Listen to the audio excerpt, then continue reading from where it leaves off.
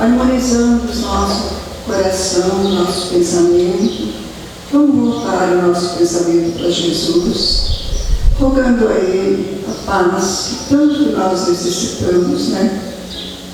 Que Jesus, na sua imensa bondade, na imensidão de seu coração, esteja sempre conosco para dirigir os nossos caminhos.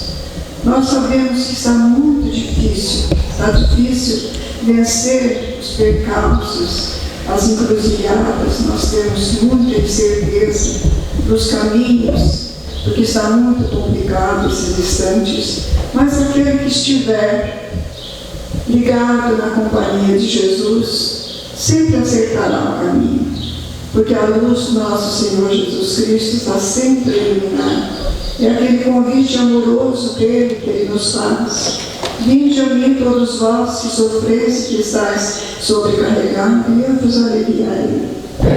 Então nós tomamos essas palavras de Jesus para nos auxiliar, e assim nós sabemos que nunca estamos sozinhos, rogando também aos nossos mentores amigos, que sempre estão a indicar aos caminhos que nós temos que percorrer, por mais difíceis que eles sejam.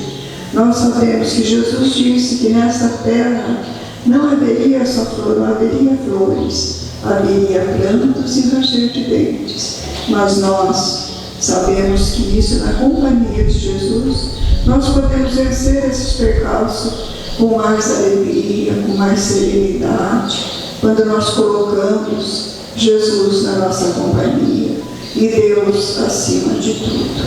Então, nesta manhã maravilhosa de domingo, com esse sol esplendoroso, radiante, está uma manhã fresca, gostosa. Nós oferecemos o nosso tempo que nós estivermos aqui para absorvermos a mensagem que virá para nós. Agradecendo a nossa irmã Joana, a nossa companheira de trabalho. Ela mora em Londrina, mas ela já é constante aqui na casa, todo mundo a conhece. Que ela seja inspirada pelos bons amigos espirituais a trazer para nós uma reflexão para que nós possamos toda semana estarmos conectados com essa mensagem de hoje. Então nós, nesse instante, rogamos a Jesus ser conosco, amigo, hoje e sempre, e que a tua paz permaneça em nossos corações, que assim seja.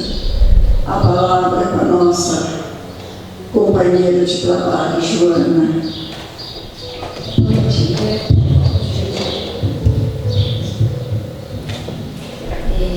Hoje eu trouxe para conversar com vocês, doutora, sobre saúde mental e espiritualidade. E eu acho que é um tema sempre muito atual, né? Que a gente está conversando. E eu trouxe um pouquinho desse tema dentro da visão desse livro, Obreiros da Vida Eterna, que é um livro bastante conhecido, do Chico Xavier, do Espírito André Luiz. E para a gente iniciar, vamos pensar um pouco, a gente tem um entendimento do que é saúde mental, o que significa saúde mental. Na verdade, a saúde mental está relacionada ao bem-estar. É a presença do bem-estar no indivíduo. Então, a gente olha para aquele indivíduo, para aquela pessoa, quando ela é capaz de realizar suas atividades diárias, né? Lidar com o estresse natural da vida e ainda assim contribuir com a comunidade. Então, essa é a definição que se traz de saúde mental. E o psiquiatra Arthur Guerra, ele tem uma frase que eu acho que explica muito bem sobre isso, que ele fala assim: cuidar da saúde mental é como andar de bicicleta, exige esforço e movimento constante. Eu não sei se todos sabem, mas eu sou psicóloga e eu vejo muito assim, quando alguém está em algum desequilíbrio emocional, a pessoa fala: não, mas eu estava bem, mas aconteceu uma situação, não estou conseguindo voltar a ficar bem. Essa semana eu conversei com uma senhora que que a filha dela foi vítima de feminicídio mês passado, acho que muita gente aqui da região ficou sabendo, na cidade de Uberlândia. E essa senhora estava falando para mim, assim, sofrendo, que ela falou: tem dia que eu consigo ficar até bem normal, mas tem dia que eu fico muito mal, que eu choro muito. E ela, assim, naquela angústia de como se ela tivesse que ficar bem, foi, mas porque a senhora, ela que presenciou, ela que encontrou a filha, né? Foi assassinada pelo ex-marido. E eu falei assim: faz um mês, olha o trauma que a senhora viveu, não se cobre tanto, que a senhora já está bem, isso vai levar um tempo longo. E eu acho que quando ele fala disso, exige esse esforço, esse movimento constante, né, como andar de bicicleta, é a gente entender isso.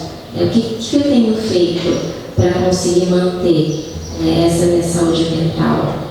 Quais eu estou conseguindo englobar tudo que é necessário, ou eu estou deixando de lado, e daí quando vem um problema que eu me dou conta que eu não estou conseguindo, né, lidar com aquilo. E quando ele falou desse andar de bicicleta, né, eu particularmente eu gosto muito de andar de bicicleta. Eu vejo assim, quando você está numa linha reta, você consegue pedalar tranquilo, né? Mas quando chega uma subida, né, muito íngreme, o quanto que é difícil você pedalar e não parar a bicicleta.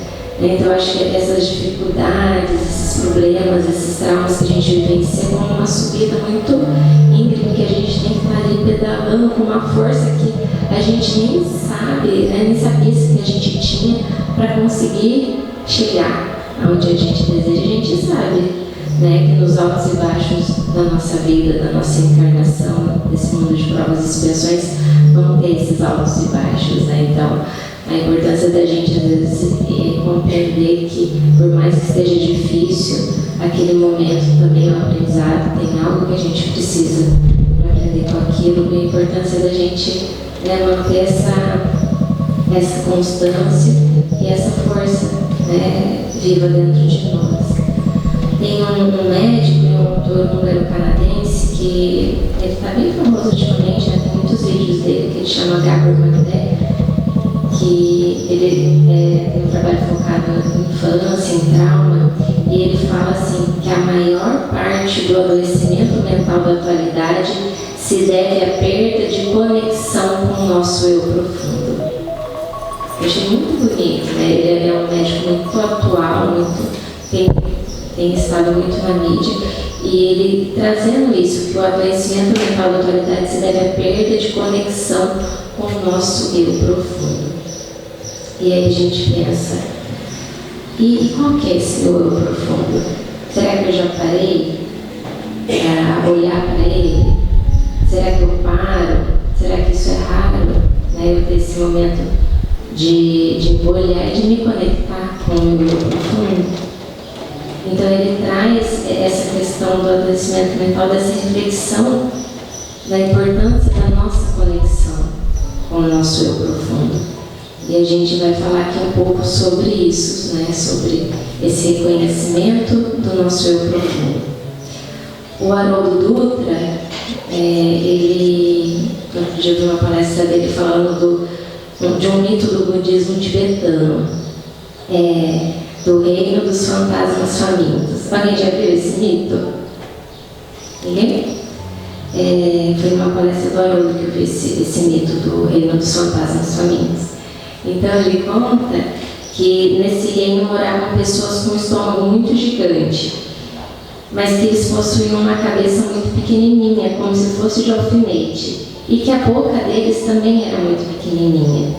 Então eles comiam compulsivamente, mas eles nunca conseguiam aplacar a fome deles, porque eles tinham um estômago muito grande, mas a cabecinha pequena e a boca muito pequenininha.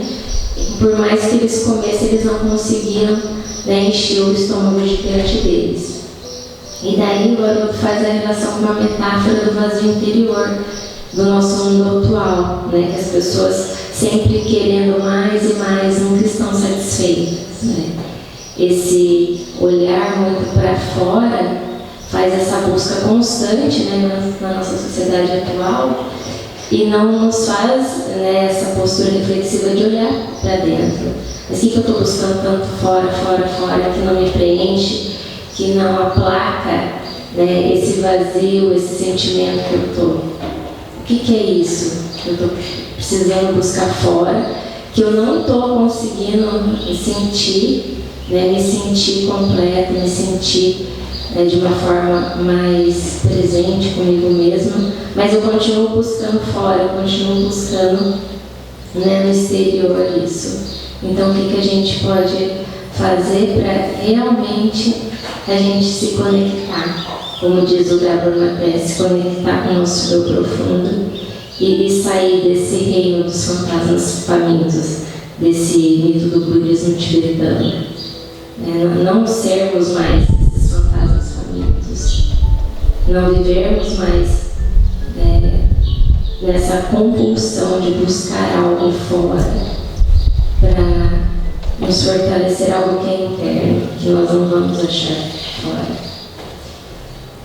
E no livro Obreiros da Vida Eterna, eles vão falar um pouquinho, né, que o André Luiz está nesse trabalho, conhecendo, né, alguns lugares de assistência espiritual.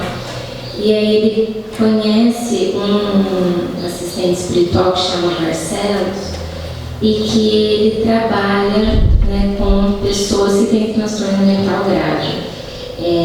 Aqui no livro, eu vou ler um trecho para vocês.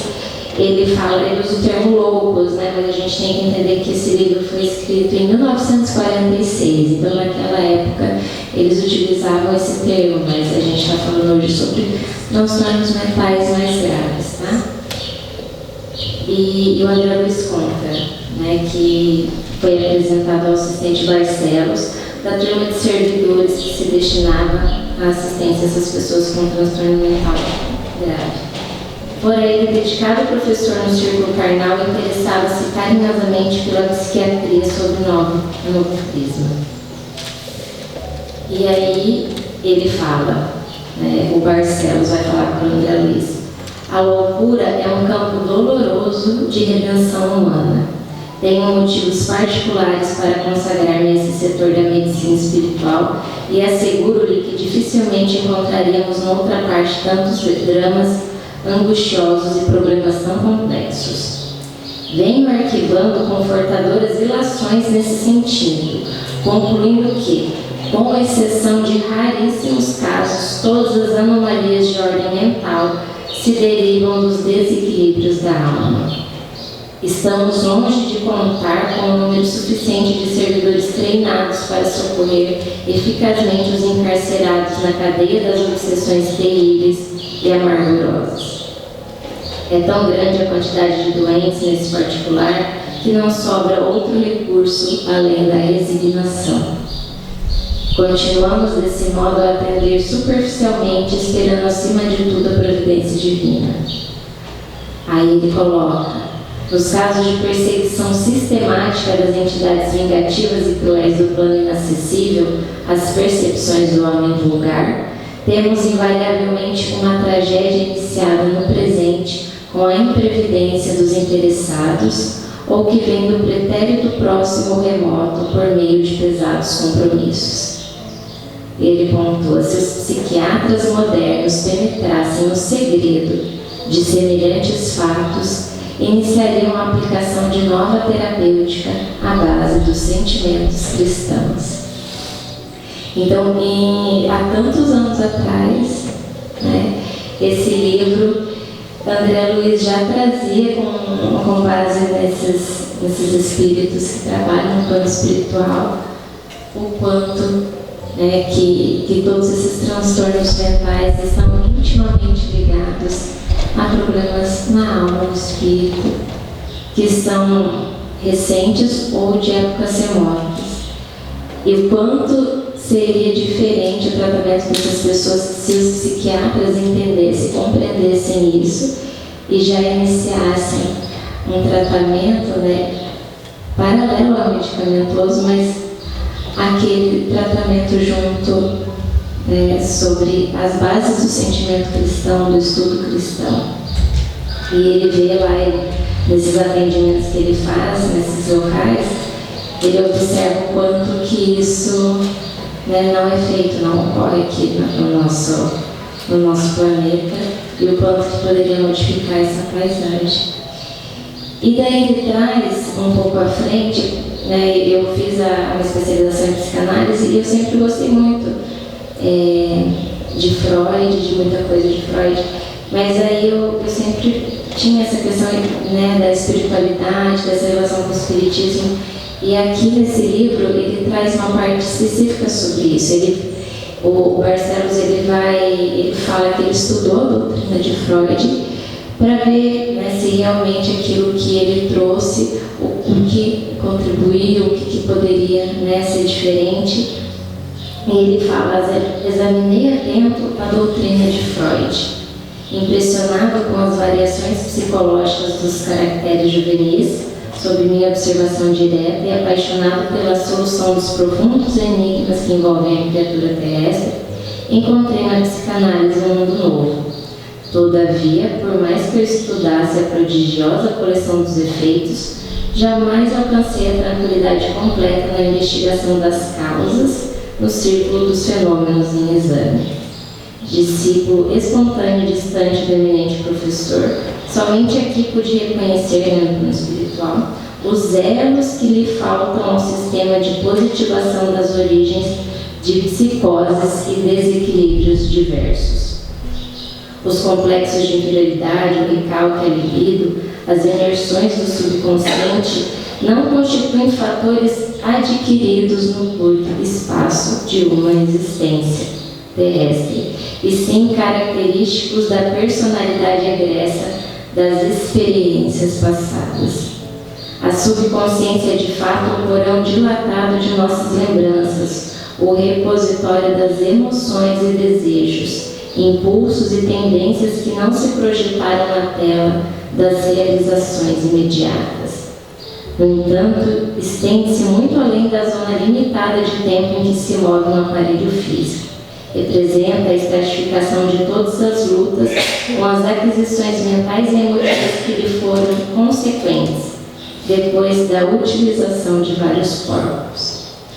E ele finaliza: faltam, pois, as teorias de Freud e seus continuadores a noção dos princípios reencarnacionistas e o conhecimento da verdadeira localização dos distúrbios nervosos, cujo início muito raramente se verifica no campo biológico vulgar, mas quase que invariavelmente no corpo espiritual pré-existente, portador de sérias perturbações congênitas em virtude das deficiências de natureza moral cultivadas, com desvariado apego pelo reencarnante nas existências transcorridas. Então ele faz essa análise da obra de Freud e essa correlação. Ele fala: somente aqui no plano espiritual eu compreendi o que faltou, né, a todo esse estudo de Freud. Faltou a noção reencarnacionista, né, porque muitas das causas de todos esses transtornos mentais, eles não poderiam ser explicados apenas nessa existência única.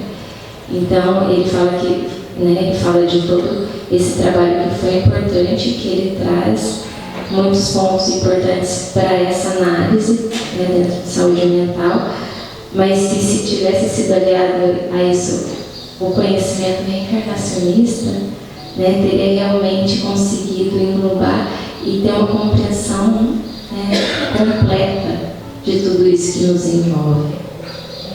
A gente vê essa questão, né, da genética para a dependência química mesmo, mas por que algumas pessoas da mesma família, né, fazendo uso de algum tipo de substância psicoativa, já desenvolvem uma dependência e outros não desenvolvem, né? É genético, sim, mas o que está por trás dessa genética, né? A gente, com essa visão reencarnacionista, a visão do espiritismo, né, das nossas vidas transatas, o que a gente trouxe para cá, né, o que a gente trouxe aqui para ser trabalhado, ser ressignificado nessa vida. Então, o Barcelos, ele vai trazer nesse livro muito do quanto que é importante a gente ter essa consciência da reencarnação para a gente compreender os transtornos mentais na atualidade. E eles continuam e falam que as noções encarnacionistas renovarão a paisagem da vida na crosta da Terra, conferindo à criatura não somente as armas com que deve guerrear os estados inferiores de si própria, mas também lhe fornecendo o remédio eficiente e salutar. Falta desse modo, lamentavelmente, aos nossos companheiros de humanidade o conhecimento da transitoriedade do corpo físico e da eternidade da vida, do débito contraído e do resgate necessário, em experiências e recapitulações diversas.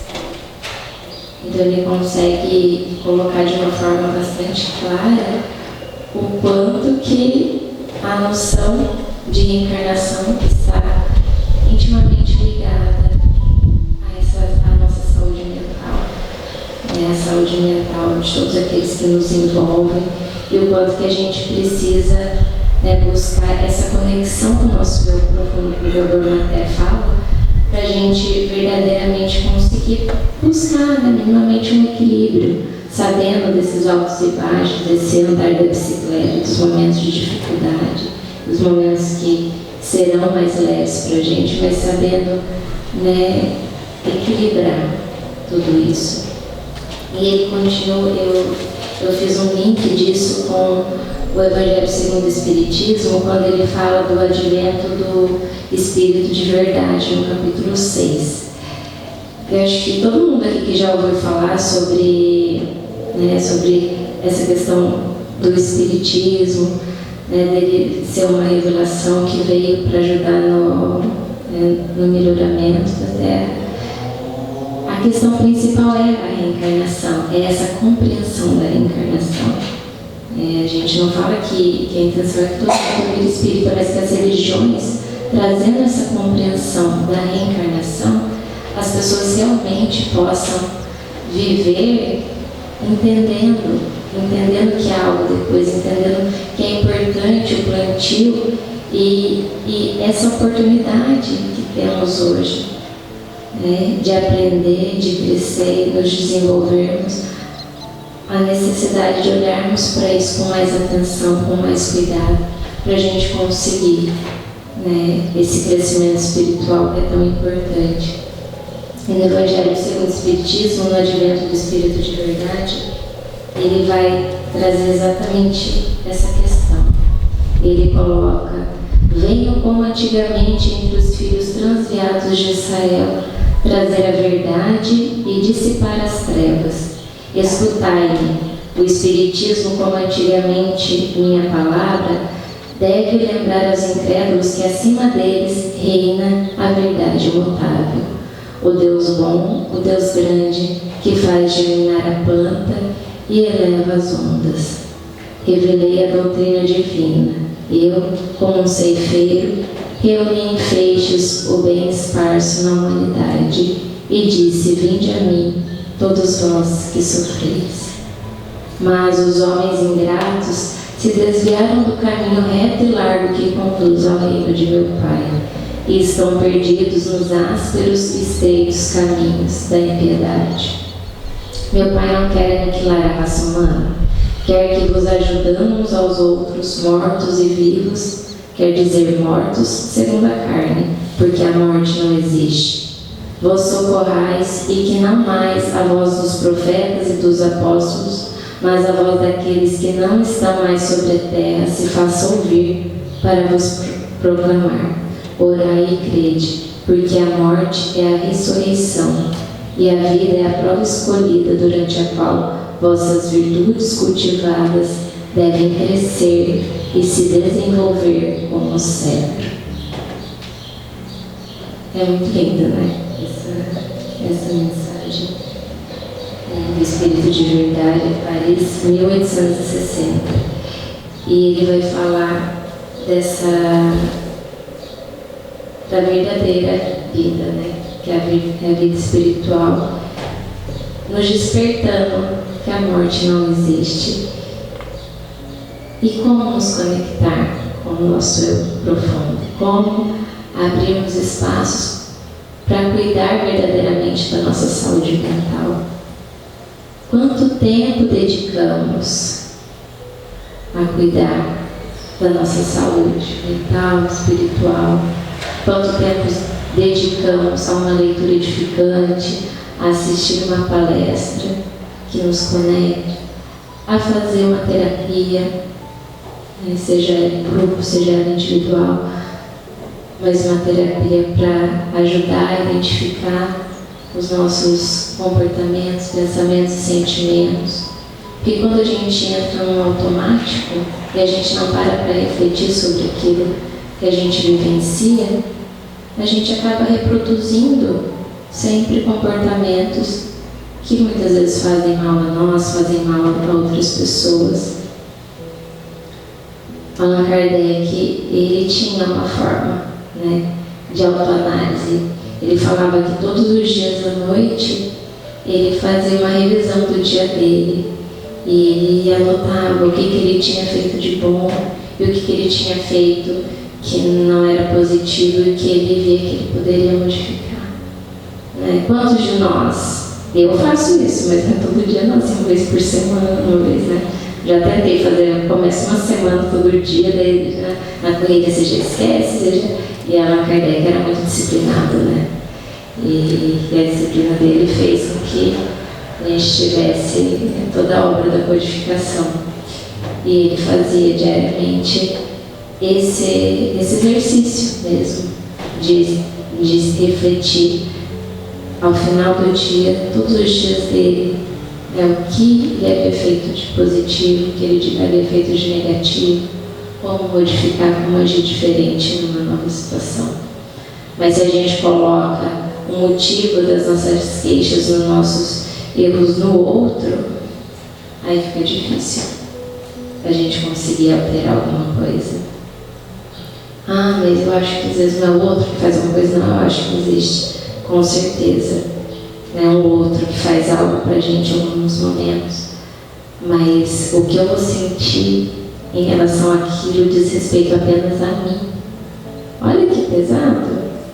Aquele outro pode fazer o que ele quiser, mas como eu vou me sentir em relação àquilo depende só de mim.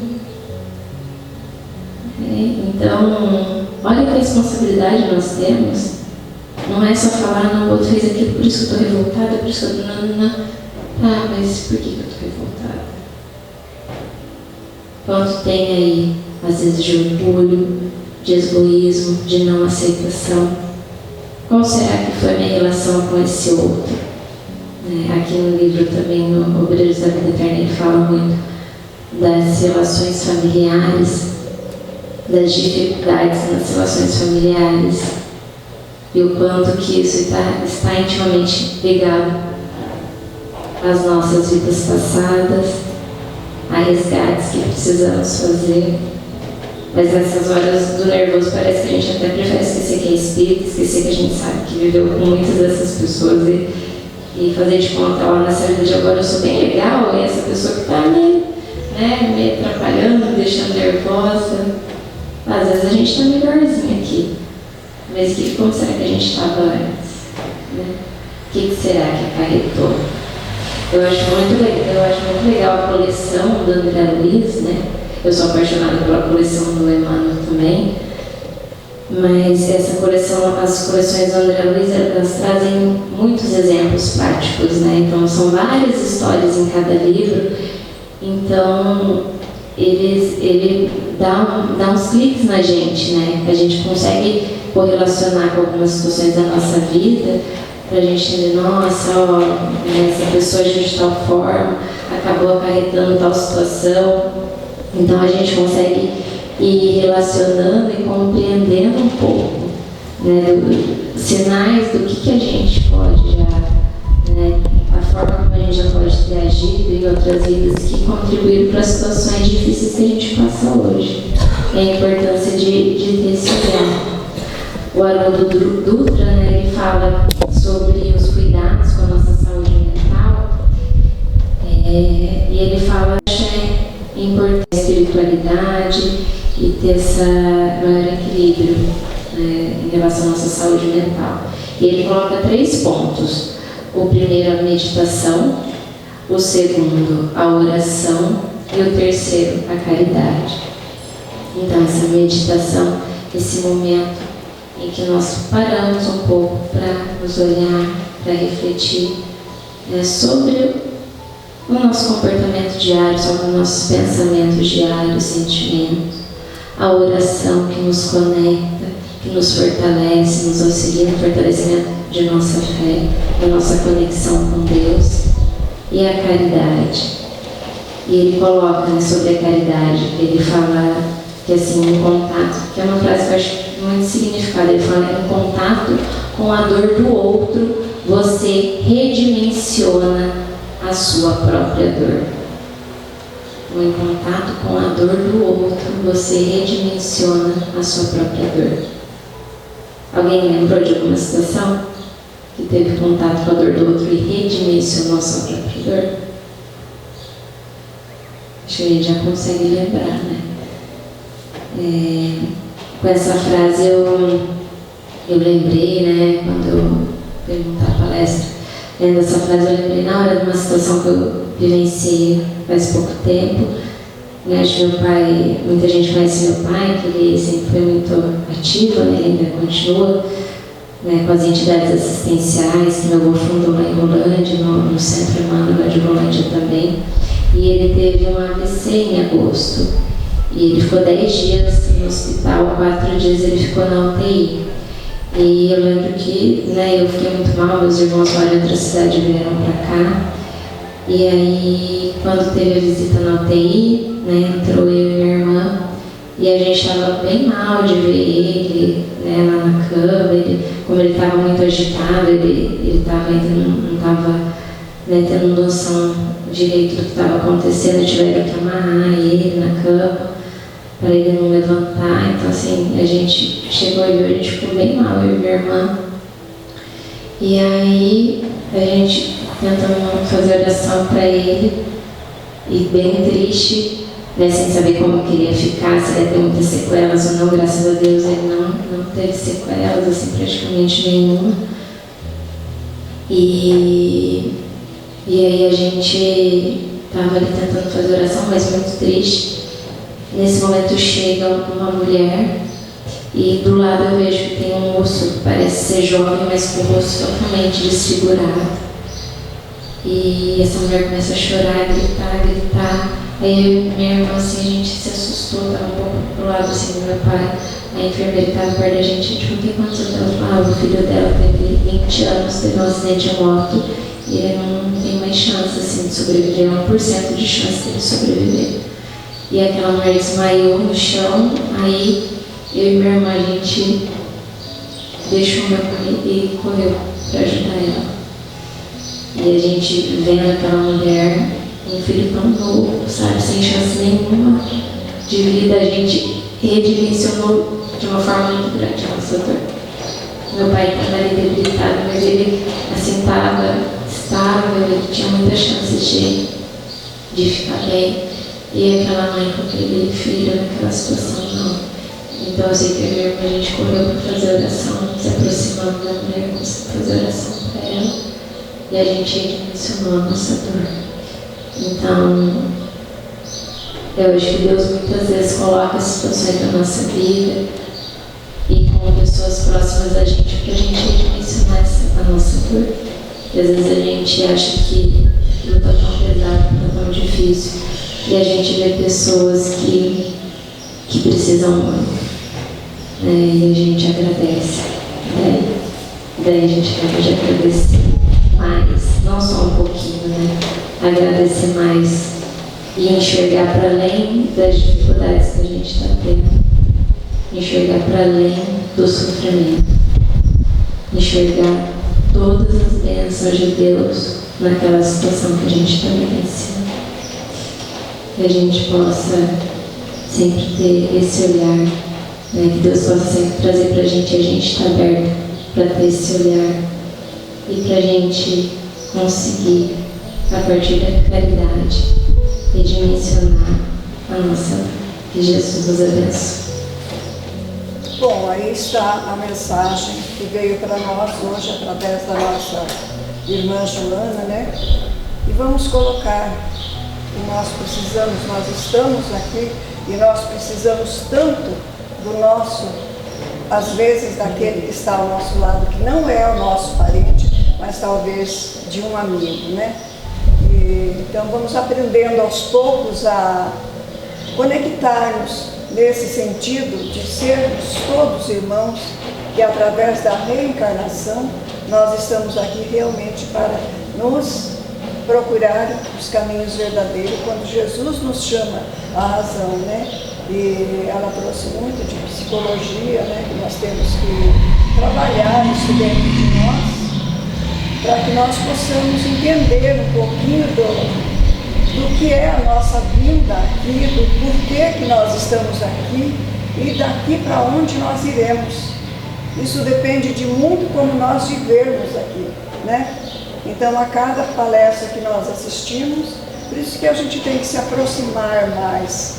Não é que a frequência do centro, da igreja, do templo, ele faça-nos mudar, porque quem vai mudar somos nós. Porque cada um é responsável por si, né? Eu não sou responsável por ela, nem ela é responsável por mim. Cada um veio responsável por si. Nós podemos ser solidários àquele que está do nosso lado, solidário com a dor dele, mas nós não podemos viver a dor do nosso próximo. Mas nós podemos ser solidários como ela e a mãe dela foram em consolo dessa mãe aflita, né? É assim que Jesus nos ensina a trilhar os caminhos verdadeiros da evolução.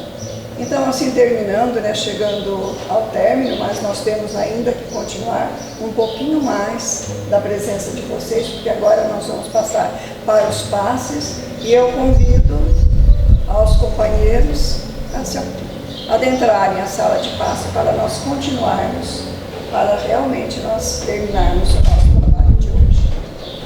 Então vamos, companheiros e companheiras. Estamos encerrando essa primeira parte da nossa reunião. Em seguida vamos fazer as visitas. Queremos agradecer a presença de todos, em especial a nossa irmã, a Joana, que veio lá de Rolândia, nos trazer a mensagem, nossa gratidão a ela. Esta casa tem sempre uma missão, através daqueles que falam aqui, é nos tornarmos melhor com a mensagem, com tudo aquilo que nós recebemos. Deus, na sua infinita misericórdia, está sempre nos oferecendo condição da gente aprender e melhorar. Ontem estava ouvindo um médico, uma entrevista. Ele disse uma coisa que eu achei tão linda, né? E tão importante. Ele disse assim: se Jesus aparecesse na nossa frente, né, e dissesse: eu tenho algo para você cuidar, você aceita? O que nós iríamos responder? Você ia cuidar? Você ia cuidar. Aí a gente vai dizer: tudo bem, eu vou cuidar, né? Aí Jesus tira do bolso uma fotografia nossa mesmo e diz assim: cuida. Então aí está essa mensagem, eu achei assim tão, que nós temos que fazer a nossa parte. Toda ajuda vem, não é isso? Mas nós é que temos que trabalhar o nosso espírito, né, até chegar à perfeição. Então esse cuidado, né, é nosso, é de cada um. Que Jesus abençoe a todos, que tenham um domingo de muita paz. E domingo estaremos aqui novamente, se Deus assim permitir.